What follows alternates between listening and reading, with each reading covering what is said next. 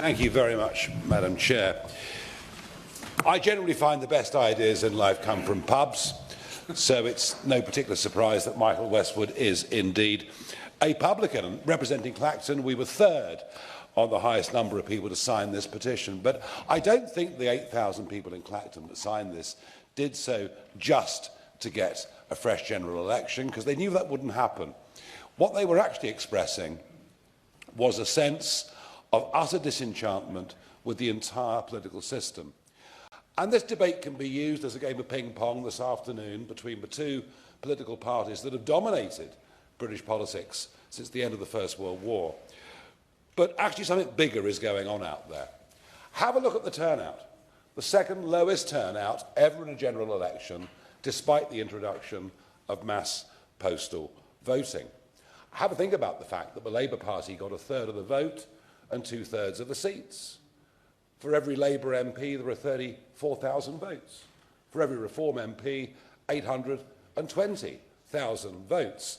When you think about that and give it some context, perhaps it's not surprising that confidence in the whole system is breaking down. Now, I have to say, having studied politics for a long time, not as long as the father of the house, obviously, but over 50 years, I can't think of a government that has seen a collapse in confidence as quickly as this one has. There are 26,000 pensioners in the constituency of Clacton alone that are losing their winter fuel allowance. They had no idea this was going to happen on the day of the general election. There are 100 family farms just in the Clacton constituency. Many that I've met that frankly are in tears because they can't see how their husbandry of that land that has gone on in some cases for hundreds of years is going to be able to survive inheritance tax. And with the national insurance increases, yet another hammer blow to the men and women running small businesses in this country.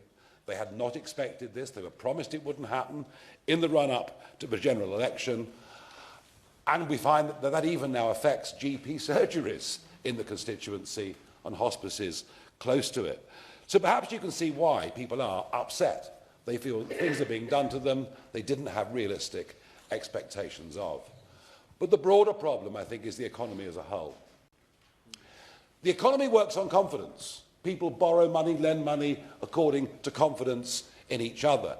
And in the Prime Minister and the Chancellor of the Exchequer, I mean, we've got two people who look like they're going to a family funeral every day. There is an air of miserablism. Even a speech from the Prime Minister, the complete opposite to Tony Blair. This isn't things can only get better, it's things can only get worse. We are literally, yes, of course. I don't remember the given way. When you come into a new job and you discover that there's a £22 billion black hole, I think you'd look a bit miserable as well, don't you agree? The idea of a 22 billion black hole is nonsense. It's 2.7 trillion. The national debt is massive. It exploded over the course of the last... It increased by 2.5 times over the course of the last 14 years, and it's set to go higher still. We are in much deeper difficulty economically. Even to talk about a £22 billion black hole is not to understand the problems that we've got. We have zero growth in this country. Foreign investment into Britain. Yes, there's money coming in, but it's not coming in anywhere near the rate that we need. We have got major, major problems. And I actually believe that this government has talked us into a recession because confidence is falling to that degree. And you might note that the more rapidly legal migration rises, the more rapidly the population expands, the poorer we get as individuals. The last 2 years have seen record levels of net migration into Britain. And in 6 of the last 8 quarters, GDP per capita has fallen. And this perhaps is the issue ultimately that I think is why people voted, or 3 million of them, asked for another general election. It is the breach of trust between Westminster and the country on immigration. I'm not even discussing the boats. I'm talking about a population that has risen by over 10 million in the last 20 years. The impact of that on primary school availability, the impact of that on housing, the impact of that on people's wages. That is the ultimate breach of trust. Now, Labour have not promised anything on legal immigration at all, but they need to be aware that if net migration figures are anywhere near what they've been in the last few years, confidence in their party will fall further.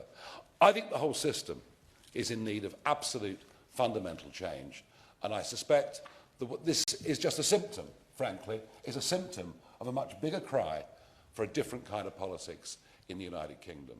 You can all con yourselves as much as you like. The old two-party system is breaking up before our eyes, and the next general election is going to see a very, very different Parliament. Thank you.